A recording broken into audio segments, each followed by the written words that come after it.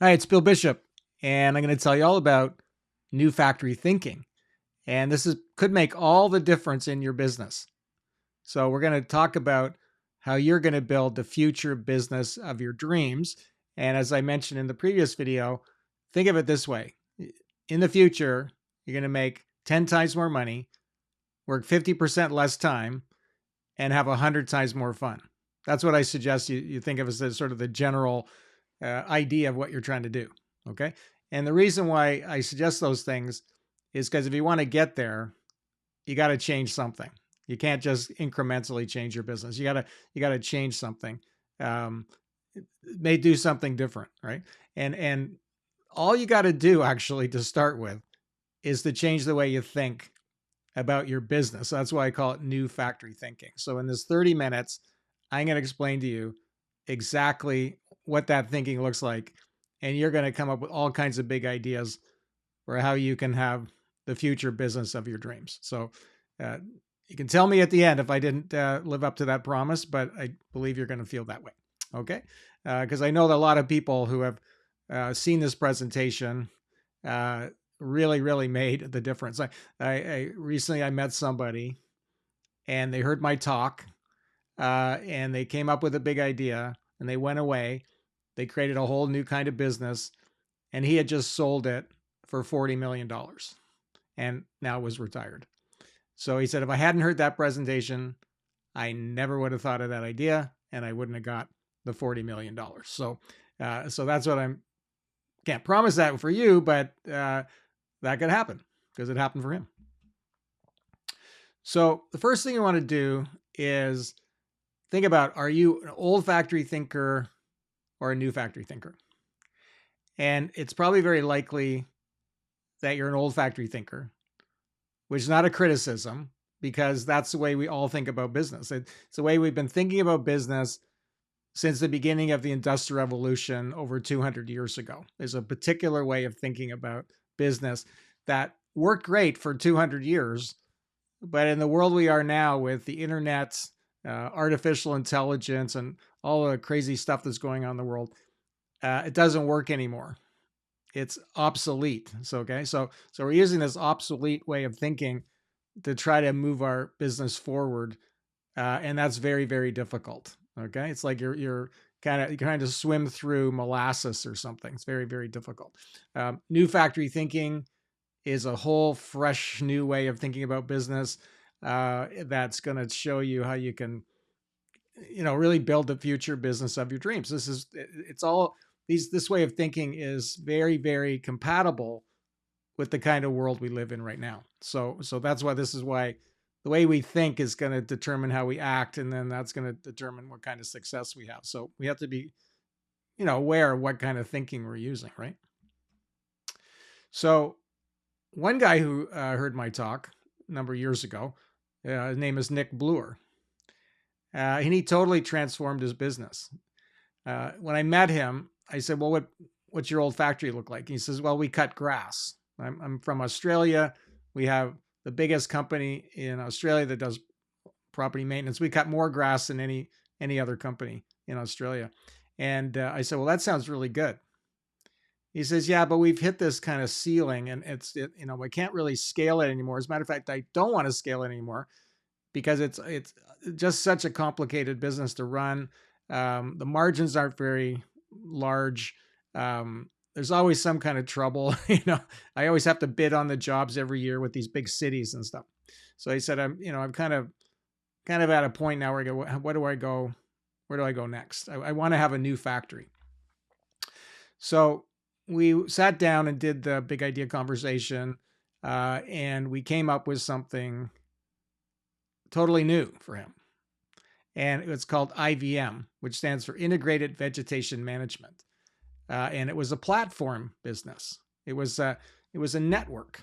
Okay, and it's all built around this software that he had. It was a logistics software that he'd been using for his own company. It helped him figure out when to go out and cut grass, basically. And I said, well, what we can do is turn that into a membership program and give it for free, that software, to any of the cities in Australia that wants it. We'll help them get it all set up, and they can use it as a logistics system for their their city. And he said, why would I give that to them for free? So then I explained him the strategy, and he went, oh, that makes a lot of sense. Okay, let's do it.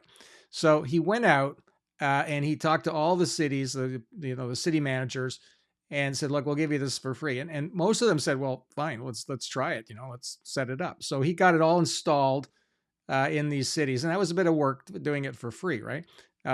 But he was developing relationships with them. And then what happened was he said, well, there's another level of membership that you can be. It's $50,000. And there's another membership, level 3, that is $250,000. And they said, what do we get for that? And he said, well, that's when we start to integrate our system with the systems of your suppliers, your contractors, and so on. And they would pay $10,000 a year to be on this, and everything would be all integrated as one system. And they said, let's do it. So most of the cities in Australia then signed up to be a member, level 2 or level 3. And then he went out to these contractors and said, well, if you want to keep your contract, you're going to have to do this. And so they paid the $10,000. And so some of those companies were actually their competitors, the other companies that cut grass. So they were kind of surprised when Nick showed up, right? So the first thing he realized was, oh, I'm making money from my competitors here now. I'm getting $10,000 a year from companies I used to compete with. So that was a different way of thinking, right? Now this worked so well. He got so many cities signed up, so many contractors signed up, that he decided to sell his old factory. Now, you don't have to do that. That's not part of the plan necessarily. But in his case, it made a lot of sense to do. So he sold it to them. And he said, anytime I have a member that needs grass cutting, I'm going to recommend you. I just like 10% of whatever it is you make as a commission. Would that be okay? And they said, sure, that's great. So recently he told me, he said, I got all my capital out of that company, so I don't have to think about that anymore. I don't have to cut grass anymore. He said, but I make more money now from my old company than when I owned it, because that's all profit. I get that money. I don't have to give it to anybody else. So now he's in a whole different place. Okay. It's like he's running a business, has fewer people working with him. It's more a virtual business. It's a platform, and he's making 10 times more money. He's easily working half as much. So he doesn't have all that hassle he was dealing with before. And he's having 100 times more fun, because this is a business that's easy to run and it's more scalable, and he doesn't have any competition. And the value of his company, this new company, is worth much more than the old company, because it's a platform. It's an integrated system. It's an installed base of users that aren't going anywhere. So he said that if he hadn't heard this talk about new factory thinking, he never would have been able to figure out how to do this. So that's the key here, is that it was the new way of thinking that helped him come up with the idea, which helped him build this new kind of business, right? So that's why I want to teach you what he learned here. Okay. So that's an example right there. One kind of way that you can use this way of thinking. There's all kinds of different ways. I'll show you. But that was Nick Bloor. So I'll explain to you how you use new factory thinking to build your new factory. Okay. That's the point here. And I'm not going to get into every little detail of it. I'm just going to give you the most important things. Okay. Now, the new factory thinking is an integrated suite of strategies. They're all forward thinking. As I say, these are designed for the marketplace of today and the future. All right. And not for the past. Everything we learned about business in the past was great for the past, but not for now. We're in a different world now. So we have to adapt our thinking for that new world. This is why this is so important. Okay. And some people listen to this and they're kind of at first going, I'm not sure how I would apply it and everything. And then a week later, 2 weeks later, even a month later, the light bulb goes off and they go, oh, I get it. Makes so much sense. Actually, more sense than the old way. And I got all kinds of ideas now I didn't have before. So you'll see how you do with this. It might be instantaneous or might take a little time to grasp this, how you would apply it, but I'm confident you will. So like I say, this is a totally different way to think about your business. That's a good thing. Okay. That's a good thing. If we want to be innovative, we want to be creative, we want to create new value in the world, we're going to have to use some new ways of thinking. And it's hard because our old way of thinking is just the way we think. It's not, we're not questioning it or anything. But it's like a straitjacket. It stops you from coming up with new ways to think, new ideas for creating value. So that's exciting. Now, the other thing is, what I find amazing about it is that from all our clients, the members of our program, we've calculated, based on what they've told us, that they've generated more than $75 billion in new added value revenue. So what that means is, like Nick, they're earning money in new ways. Okay. $75 billion of new ways. Okay. So that's what I'm going to be suggesting is you're going to keep selling what you're selling. And I'm going to help you sell more of that. But we're going to create new things that you can sell that are going to be much more profitable and things that people can't get from anyone else. So, okay. So this is the opportunity here, is that you can start making new kinds of money. Another example, Rick Scruggs. He's in financial services. He's a financial advisor. So he said there's hundreds and thousands of financial advisors in the United States. Like, it's so many of them. How do I compete against all these people, right? And I said, well, that's to come up with a big idea, right? And so what we came up with is the Abundance Business Coaching Program. So Rick works with the owners of private companies. And now when he goes and sees them, he says what I said in the lobster contest from the previous video, essentially. He said, well, I have my basic thing, which is being a financial advisor, and I can do all those things for you. But other people can give you that. But I have this special thing. It's called the Abundance Business Coaching Program. It takes everything to a much higher level, and you can only get it from us. And that way, when we do work with you in that way, we're your business coach. We're going to work with you as your business coach. Okay. And so you can hire us either way or both. But that's what makes us unique. That's why you might consider working with us. Now, that's an easy pitch because he's just giving them their choices, right? And then they have to decide, do they want to be a basic client or do they want to be a member of this program? And since he started this, over 50 companies have said, I want to be a member of the program. And he charges about $50,000 to be in the program per year for being their coach, business coach. So that's already starting to add up, right? And he's totally unique to everyone else, right? So this has really worked as a marketing thing for sure, right? And now what he's doing, and this is relatively recent, is he's codified this so well that now he is licensing this and teaching this to other advisors. So other advisors are now in his group program to learn how to use this system with business owners in their market. So this is how he's scaling his new factory. He's so excited about this. Like, he's never going to want to retire. He says, I don't ever want to retire. This is infinitely scalable. And I'm doing something I've always wanted to do and helping so many people in a way that never would have thought of before. So he's another one that just loves this idea of new factory thinking. So that's the thing about this approach, is it's very energizing and inspiring. A lot of my folks have said, like, I've been successful, but I got it kind of all figured out, right? I got my business all figured out. And even though I'm making good money, it's, kind of boring. I'm an entrepreneur. I'm always thinking, what's the next thing, right? So as they say, we kind of can often get stuck at the hot dog stand. And we could be a gourmet chef, but we're so busy running the hot dog stand that we never get around to being the gourmet chef, which is what we'd really want to do. Okay. So this is one of the things I've learned, is that we're all capable of being gourmet chefs and having a gourmet restaurant, but most of us get stuck selling hot dogs because we have the system for it. And that kind of, it saps our energy and it's not very inspiring at a certain point. So if you really are a forward-thinking entrepreneur, like the folks I work with, you're not satisfied with just running the hot dog stand, right? You want to keep going and do the next thing that's really going to be exciting, right? Not more hot dogs. So I'm going to talk about first the core principles of this, and then core strategies, and give you other examples as we go along. Okay. So just think of what these core principles are. So the first one, most important one, is old factory is product first, new factory is relationship first. So old factory thinking is, what's your business? Oh, well, I have a product. I sell hammers, or I have a service. I'm like a fitness coach or something, right? And so when we think about our business and tell people about it, we tell them about the product first.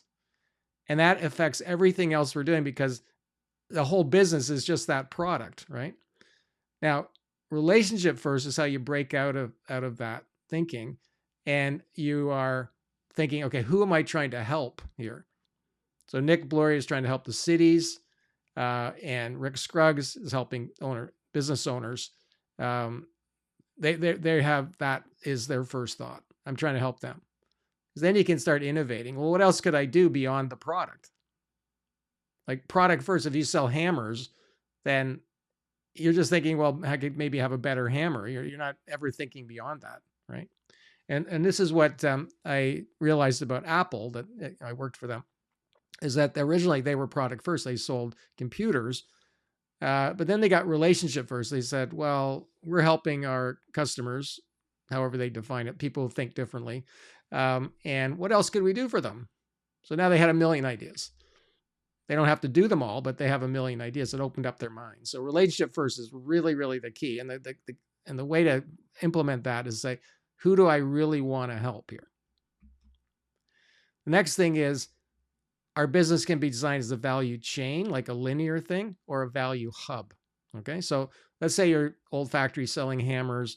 You've set up this whole value chain. They bring in raw materials into your factory. You make the hammer, you put them in a truck, and you ship them to a warehouse, and then that goes out to the retail stores and then sold to the customer. It's a chain, right? The supply chain kind of thing.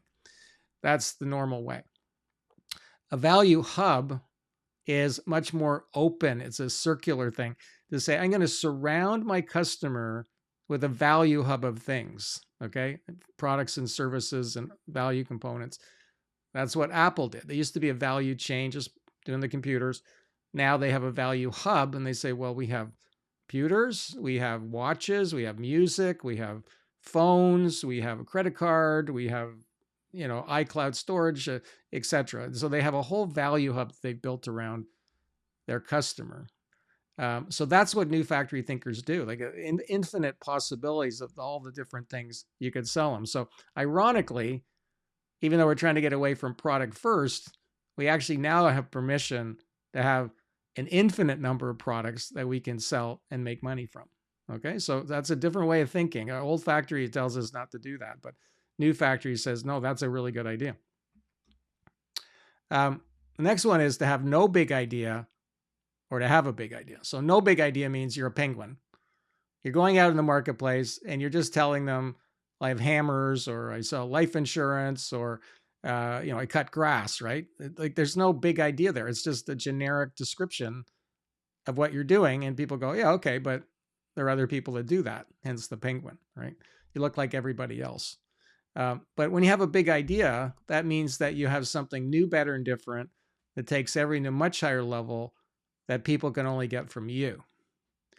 And that's the key. So the number one strategy that I've learned over all these years, if you're going to do marketing or sales and grow your business, you got to have that big idea. Otherwise, it's going to be almost impossible to get to that next level. It just isn't going to happen. Okay. So you got to have that unique, special thing.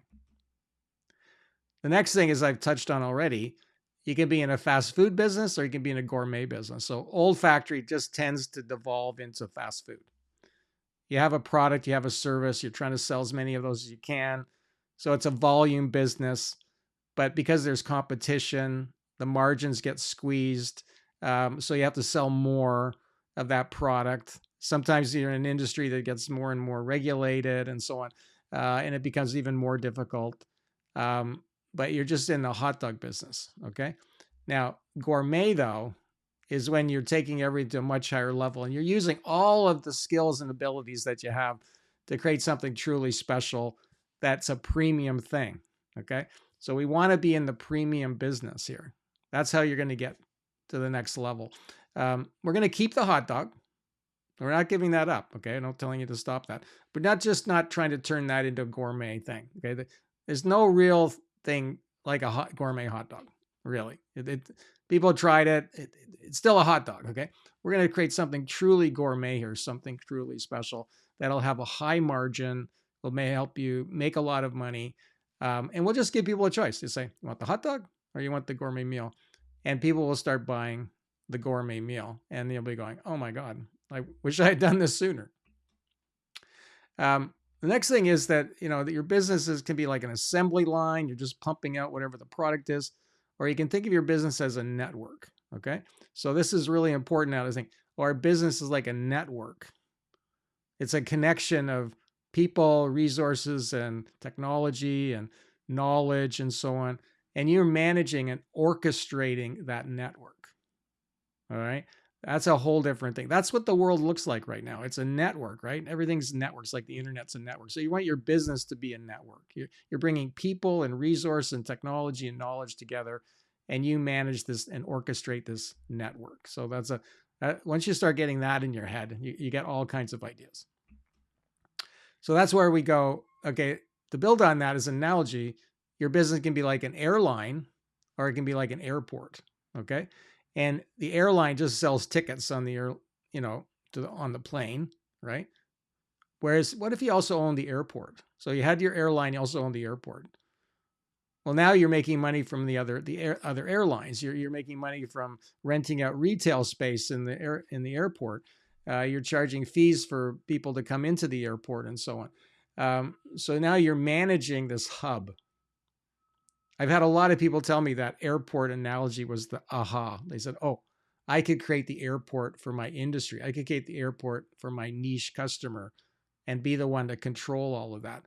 Basically, that's what Nick Bloor did with the grass cutting network, right? He said, I'm going to have the airport in this industry. So he told me, he says, no longer do I cut grass, but he said, I make money now when grass gets cut. I just don't have to cut it because I own the airport. Right? Interesting, eh? Now, new factories take advantage of the network effect, and this is really important. This is how you want to scale your business. You could try to do it yourself, or you could let your customers do it. So when you're running a networked platform business that's like an airport, at a certain point, your members start bringing other members in, okay? And that's how you can scale. This is a really important aspect of it. It's called the network effect. Okay. So if you want to scale, you want to have a network business that takes advantage of the network effect. And on here on the screen, if you can see this, the type there, is a study by the Wharton School of Business. And they looked at the different kinds of businesses out there: asset builders, service providers, technology creators. And then there was network orchestrators like TripAdvisor, Uber, Amazon, Facebook, Apple, and so on. And these companies have much higher valuations, like almost 5 times more than most companies. Their profit margin is more than double most companies, and their growth, even each year, is like average is 17%. So they're growing quite rapidly. And that's because they're set up in this way of being new factory thinking. Okay. So that was a study. It was done of thousands of companies, and that's what they discovered. So that was good validation of all the stuff that we've been doing. So David Marinak, he's an entrepreneur in Cleveland. He's in the packaging industry. So he's had a specialized packaging company for quite a long time. And he said, well, I'm going to create the airport.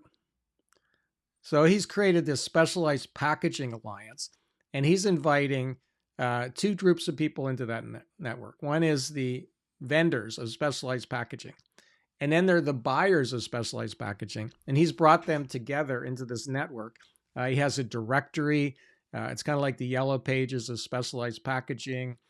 He does interviews with the vendors. He helps bring them together, and he makes money when these transactions happen. So he's totally transformed his business into something that's truly scalable. It's really, really exciting. He is so jazzed up about this, like you would not believe.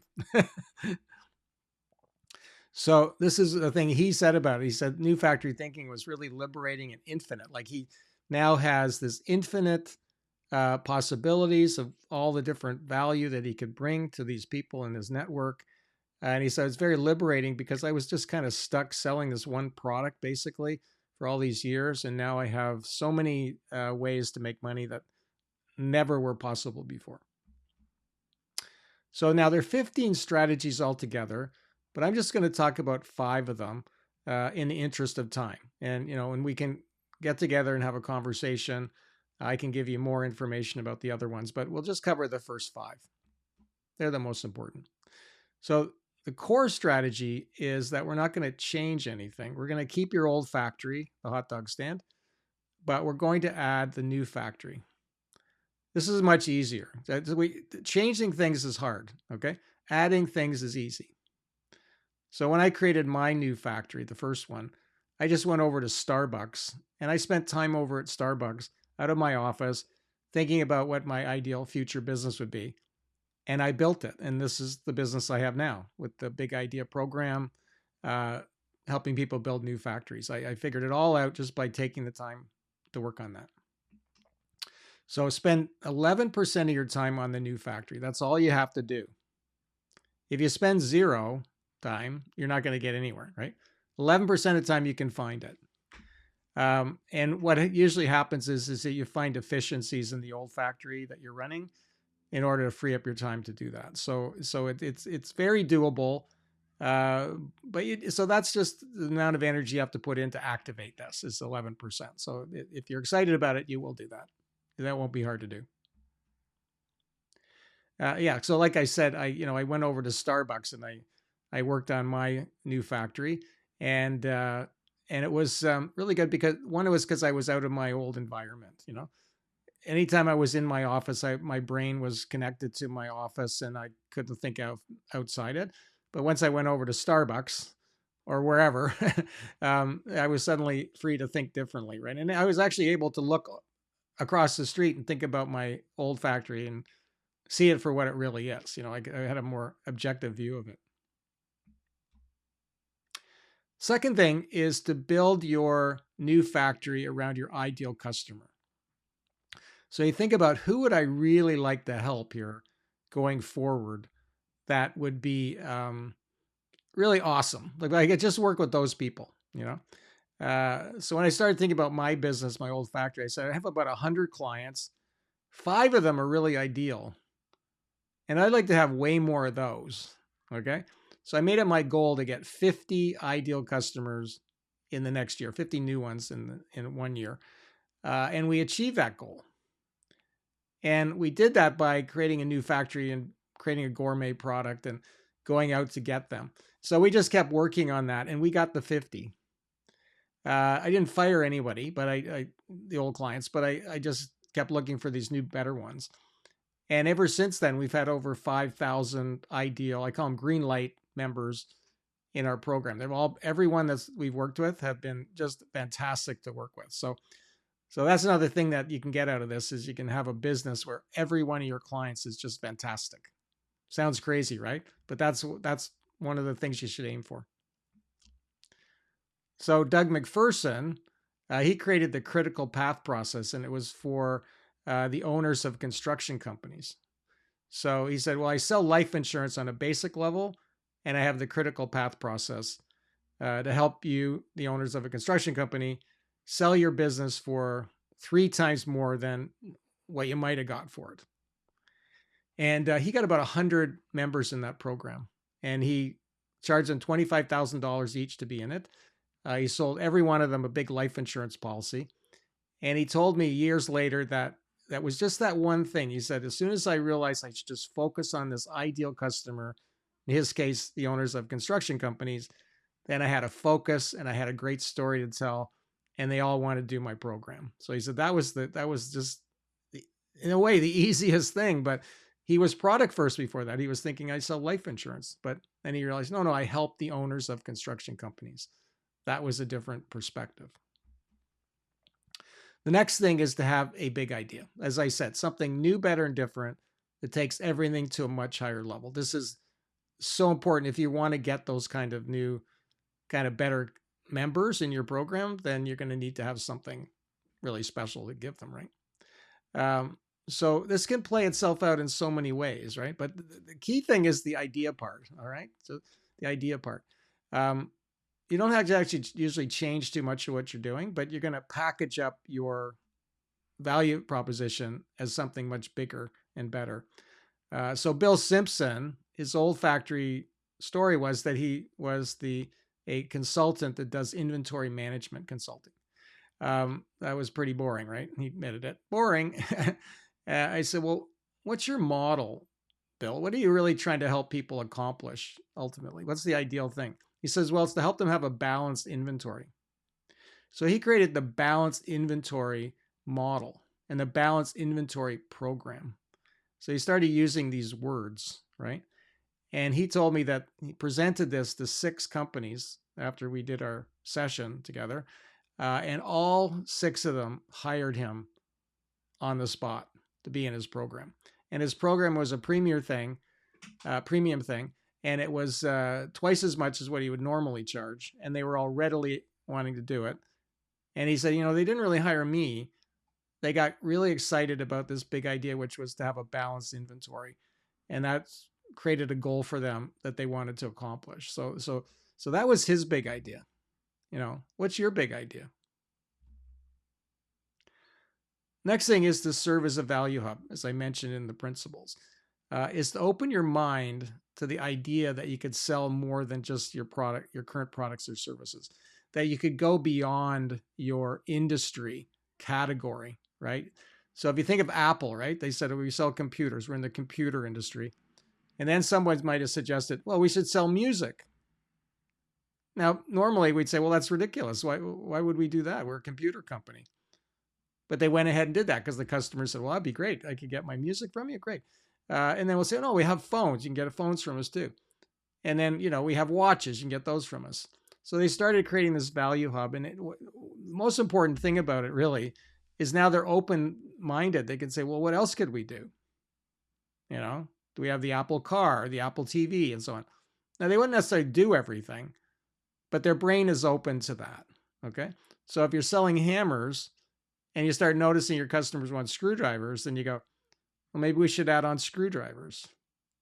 Now, it doesn't mean you'd start making screwdrivers, have a screwdriver factory. You would team up with someone that does, right? And you would bring them to your members and you would make money from that passive income. Okay, so there's a lot of passive income that can be made here when you think of a value hub. Old factory thinking does not allow us to do that. New factory thinking says, what else can I do for people? How can I be more helpful? So Rick Goet, he created a new factory called the Right Now program. So his old factory is selling air filters to airlines. New factory was, I'm going to help the airlines find parts that are hard to find, like a bolt for the airplane that stops it from flying. I'm going to help them do that and charge them $10,000 to find that bolt, which is what they did. So they were open to this new thing to do. Well, this turned out to be the Amazon of airline parts in United States. Is this program called the Right Now program? You can basically find any part for an airline on this system. And it's become a very successful platform called the Right Now program. And all because we started thinking like a value hub, started thinking, what else could we do? Oh, help them find parts that they can't find. It got him out of this whole air filter thing, right? Moved them beyond that, opened up his mind to other ways to make money. Next one is to assume a premium position. So this is to really say, I want to be seen as the gourmet option. Okay, I want to have a gourmet option to offer people, right? So like I say, we'll keep the hot dog, right? But then we'll also have the gourmet meal. So Meta Keating, she designs office space. So that's sort of the basic description. But she created the Office Alive solution. And what that is a program that people go in that is more advanced as far as designing an office. So it's with the goal of making the office much more you know, much more of an environment that induces creativity and well-being and engagement and makes people feel alive.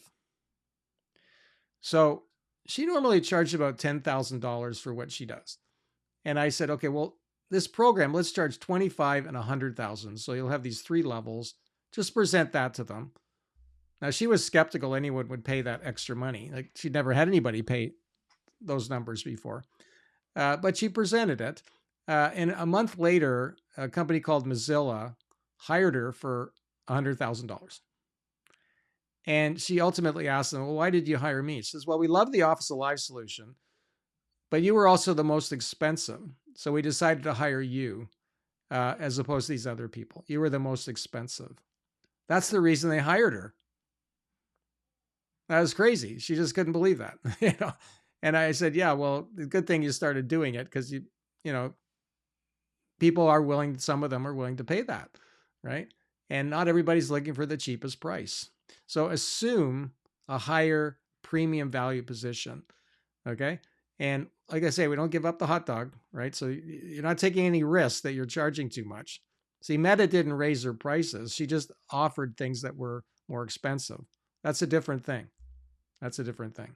So on the hot dog part, we're not raising our prices.